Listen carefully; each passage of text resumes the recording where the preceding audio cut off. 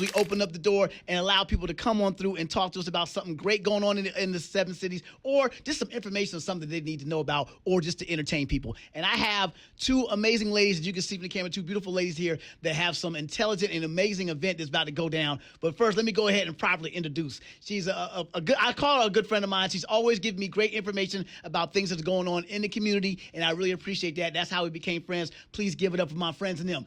Danica Royster. What's going on, Danica? How you doing, my friend? Hey. What's up, Tone? You know, I'm trying to maintain, you know what I'm saying? I'm just glad that I talked to the right people to finally get you on the show. Look, I'm just happy to be connected and finally be in the studio, because I know before we've done stuff over the phone, but right. Here I am in the studio, so live and in living color. Yes, live and in living color. Well, thank you once again for being here, live and in living color. Yes.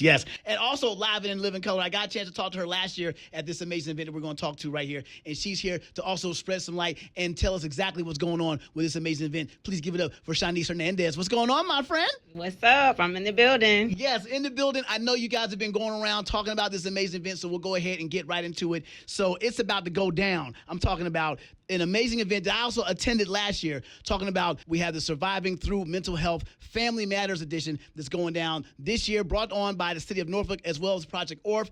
And I was involved in it last year. I got a chance to attend the event last year. It's getting bigger and better, because now we're going to be at the Chrysler Hall for this amazing event, right? Come through. Yes, come through. Yes. I mean, first of all, Danica, let's go ahead and just talk about this amazing event and what brought it on.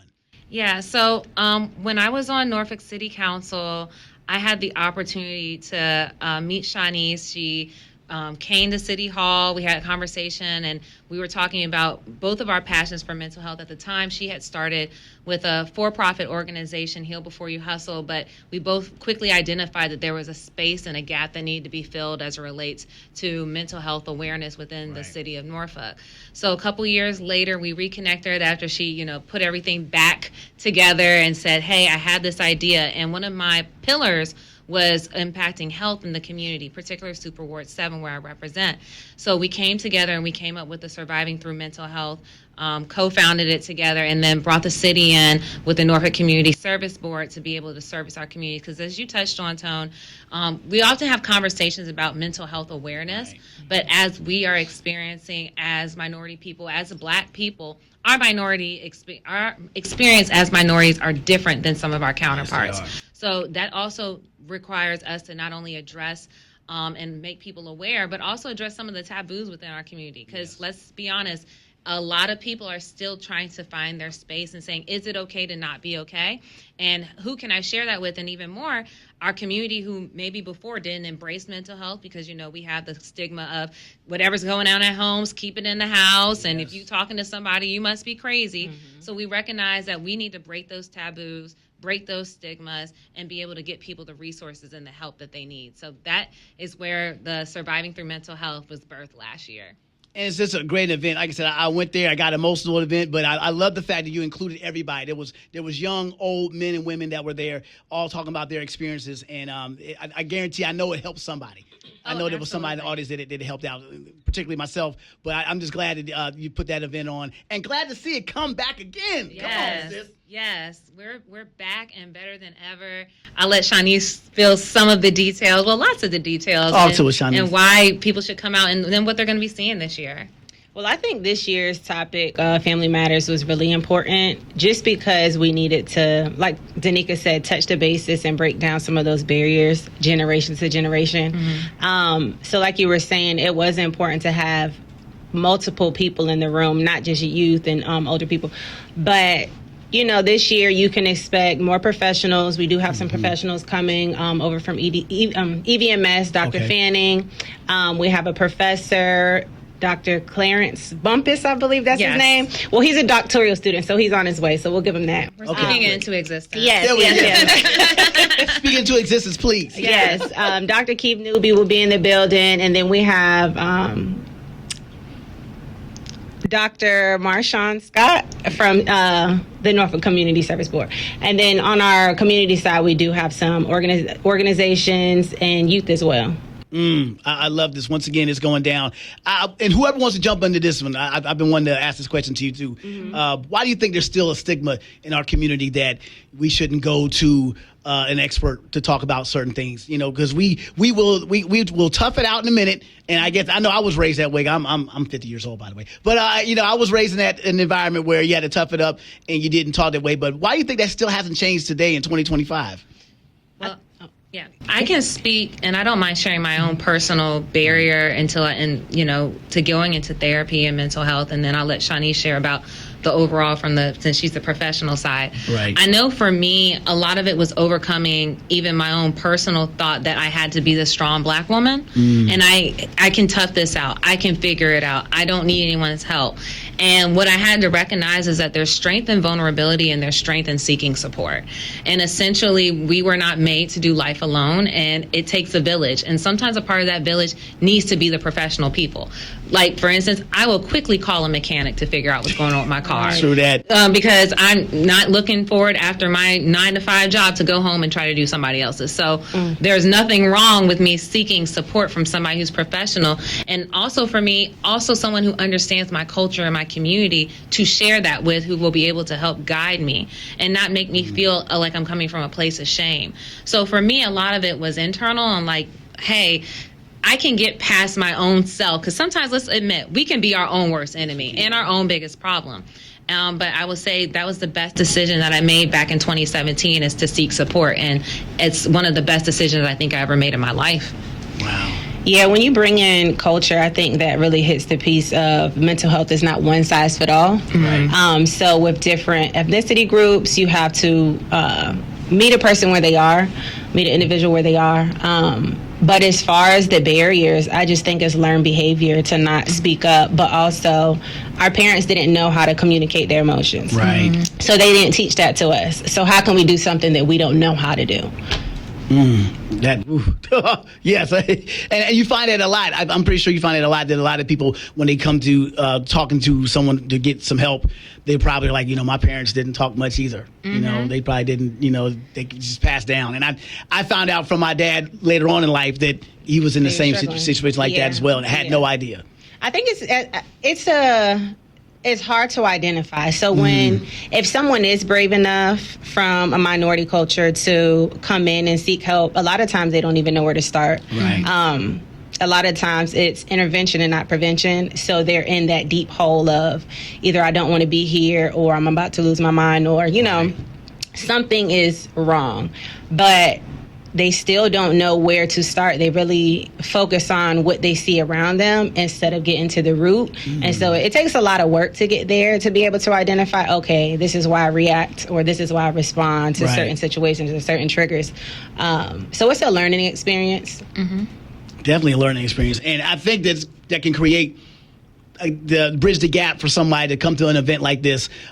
Surviving Through Mental Health, Family Matters, Thursday, July 17th, Chrysler Hall, beginning at 5 p.m.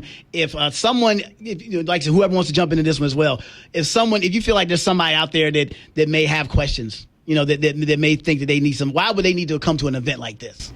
I would say one of the first things is, other than the panel discussions, which are going to be super impactful, we're also going to have our community resource fair, which was specifically curated to make sure that it's able to address many members of our community, as well as the fact that accepting and meeting people where they are financially. Because we have to admit that one of the things is also there's sometimes a financial barrier as it relates to people thinking, oh my gosh, it's going to cost hundreds and hundreds of dollars, where there's actually resources out there. So we made sure that the vendors who we selected to be there and who said that they were interested, they wouldn't just be there to say I'm a vendor, but hey, I'm able to meet people where I am. Right. So whether it's that, whether you're looking for something, as Shawnice had mentioned earlier, where it is dealing with a youth or an elder in your family, or maybe even like family support. And like I mentioned earlier, we are going to be partnering with the Norfolk Community Service Board, so it's important for persons to recognize what also is available to me as a resident of the city of Norfolk that are available resources.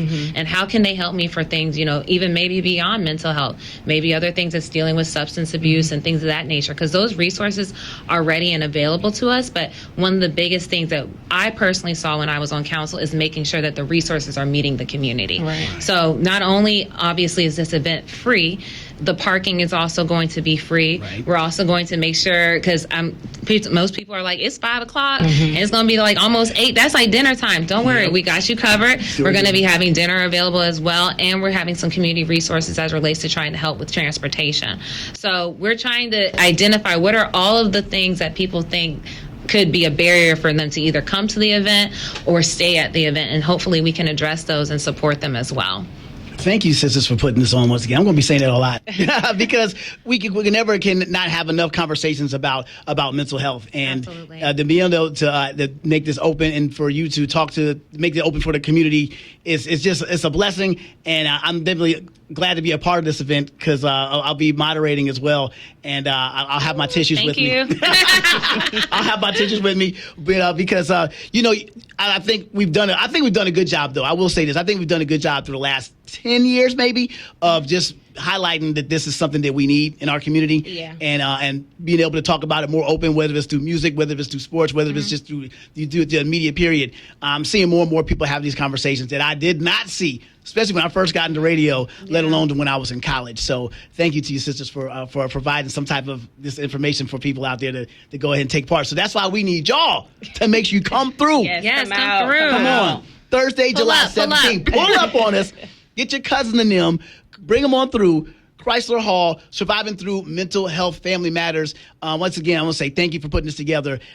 We got food vendors, like you said, door prizes, giveaways. But you know what I enjoyed the most about last year's event?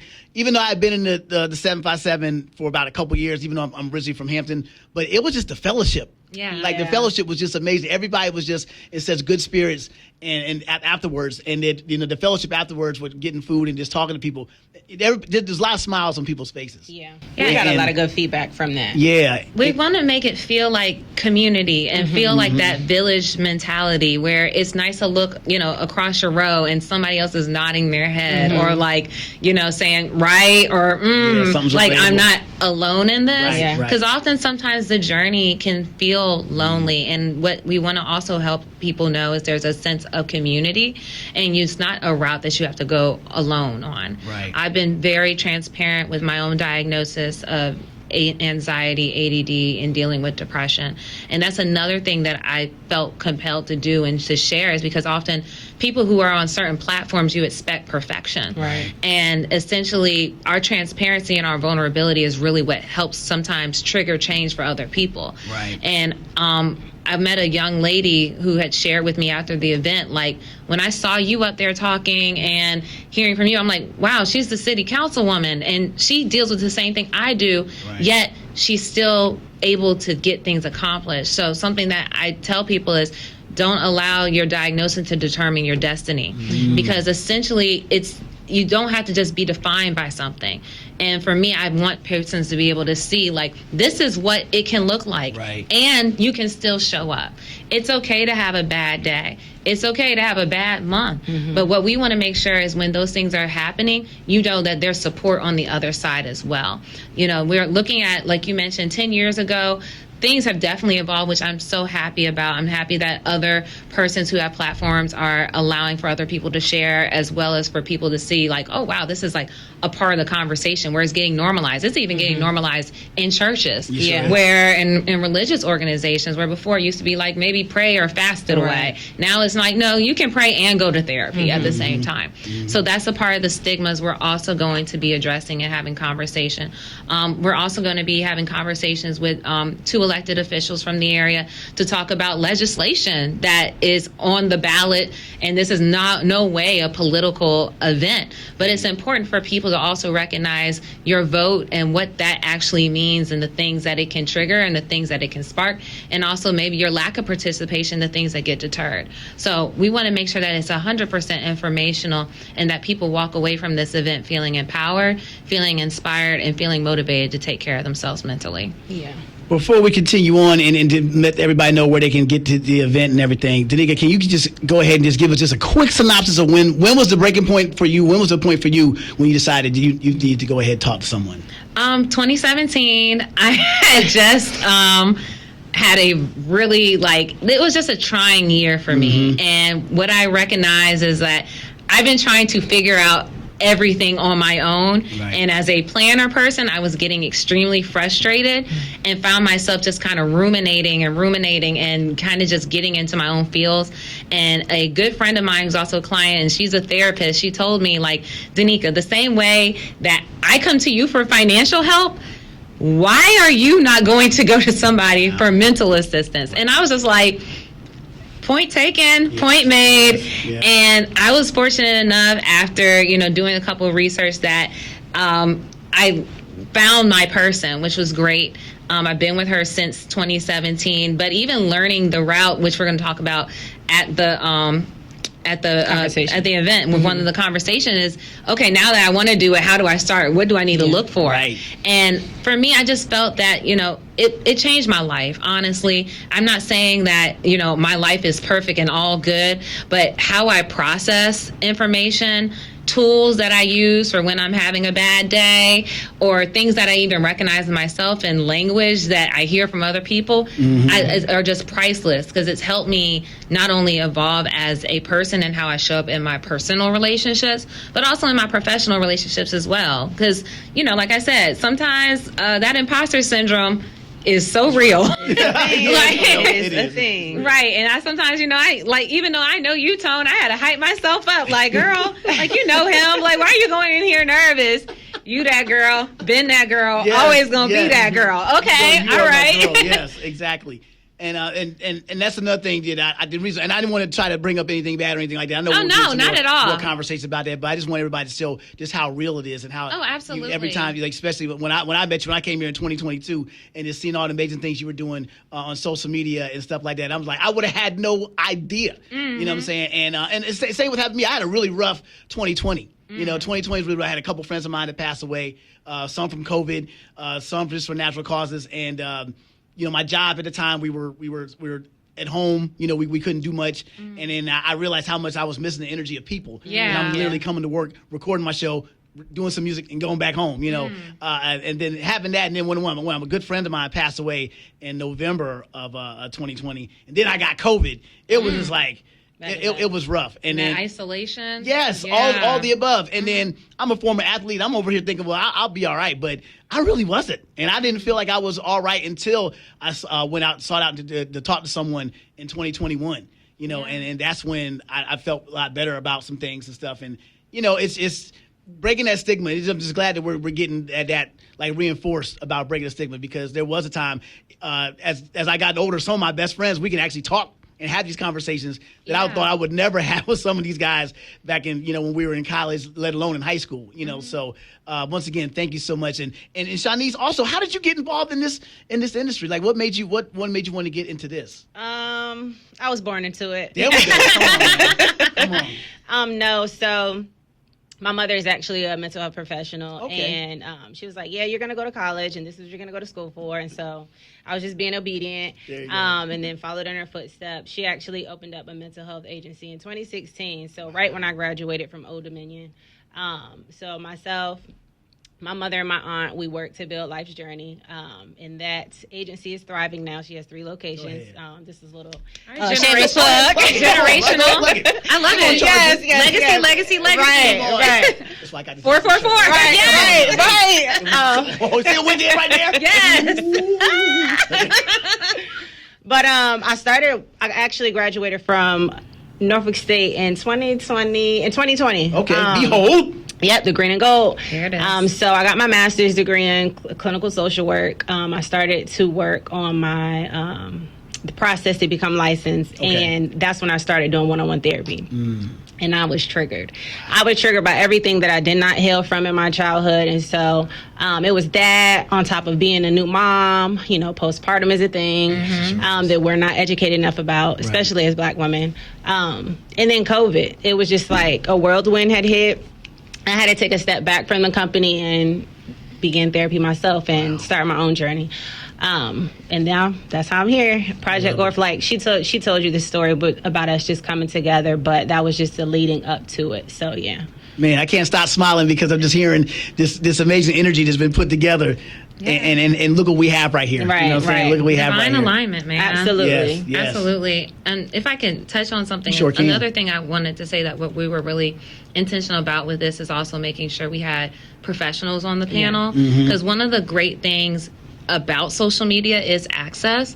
And so we wanted to also provide our participants with recognizing who might just be an advocate or an enthusiast versus someone who is a professional. True that, yeah. Because I think it's great. Like I tell people, I'm a mental health champion. I am an advocate. I am not your therapist. I am not licensed. Right. I'm always here to be an ear, but as soon as I hear certain things, I'm be like, this is meant for a professional. And especially, we deserve to be treated with dignity. Right. And essentially what we want to make sure is that we're getting the right type of care. Because oftentimes, people might make an assumption about something. For a long time, I thought that I was just, sad or I was being moody. And it's just like, dang, you got an attitude today or something's wrong with you. And comes to find out, no, there's a definition to that. It's called depression. And leaning into it's okay that exists. Here are some tools to help you with that. And another thing why we wanted to be really I would say intentional with this program as well is as minorities, we have generational trauma. So life is lifing right now, and we could have a whole nother segment about how some of the things that are currently happening in the year 2025 are impacting people's mental health. But even the pandemic, there was a lot that happened there that a lot of people did not get past. How you deal with death and grief and isolation. And then even before that, I saw this thing and was talking about the millennials, everything that we've dealt with since, Columbine. And now it's just like, and people expect for us to just walk around and be like, everything's fine. And no, it's okay to say like, no, I'm bothered by some of these things. And also we're going to have a transparent conversation about social media and how that can play a role in your mental health. They call it doom scrolling now. And I have to catch myself even in taking social media breaks or limiting my screen time or being a better curator of what I'm experiencing on social media. Because I have to recognize what's a trigger for me right now as I'm scrolling, and is this helpful for me or not? What's serving me? So, like I said, it's going to be a jam-packed conversation, and I'm so excited, to have a partner like Shawnice to help bring the vision of what I had and what was in her heart to manifestation last year, and being able to still have the city of Norfolk, which will forever be my second home, regardless of whether no matter what I might not be on council, but I tell people I'm always the honorable. There you go. So I'm still always going to champion for my people, because I don't believe that you just have to have a platform to be impactful. And there is an amazing woman, Nina Turner, who has said, titles are nice, but purpose is better. And I know what my purpose is, and I'll continue to drive that for my community. Amen. I love it. That's what I'm talking about. Surviving through mental health. Family Matters. Thursday, July 17th, Chrysler Hall. Pull up. Pull up on Beginning us. at 5 p.m. And 30 seconds or less. Anybody, just go ahead, jump in. Tell the 757 why they need to be at this event. Why not? You deserve it. You're worthy. Come through. Bring a friend, bring a cousin, bring your auntie and them. Bring your boyfriend, your girlfriend, your they, whoever. Bring them, because essentially this is a conversation that we're all entitled to have and be a part of. And essentially we're worthy of this, and we deserve it. Everything she said. Everything. There we go. Your mental health matters. It sure does. And we are so glad that you're putting this event together, and glad to be a part of it. We got more information about this will be on our website, on our community corner as well. And anytime you want to come back and talk to us about something else you got going on, please, the door is wide open. Of course. The Cash App is wide open. Tone Hollywood, you know what I'm saying? $5.99. Oh. This is a different commercial. No, seriously. I can't wait to be. And thank you so much for the invite and help me be a part of this event. I cannot wait. Absolutely. My uncle's getting my uncle suit ready as we speak. I'm okay. ready. you gonna have a fit? I'm gonna have a fit on. Yeah, I'm gonna have a suit on. I had to return it by midnight, but Oh, it's gonna be real. Oh, so no, you don't have to wear a suit. Okay, It's very casual. It is. Yeah. It Come is. as you are. Come as you are. Look, people came in the rain, and you know anything my about goodness, yes. the 757 and what we do in the rain. It's like rain check. But no, Make the sure you got people your came vote. through. Yep, there we go. 250. Make sure you're in the building. There we go. Once again, thank you so much, ladies, for coming on by. It's Come Through Thursdays, Tone Hollywood on 100.5 The Vibe.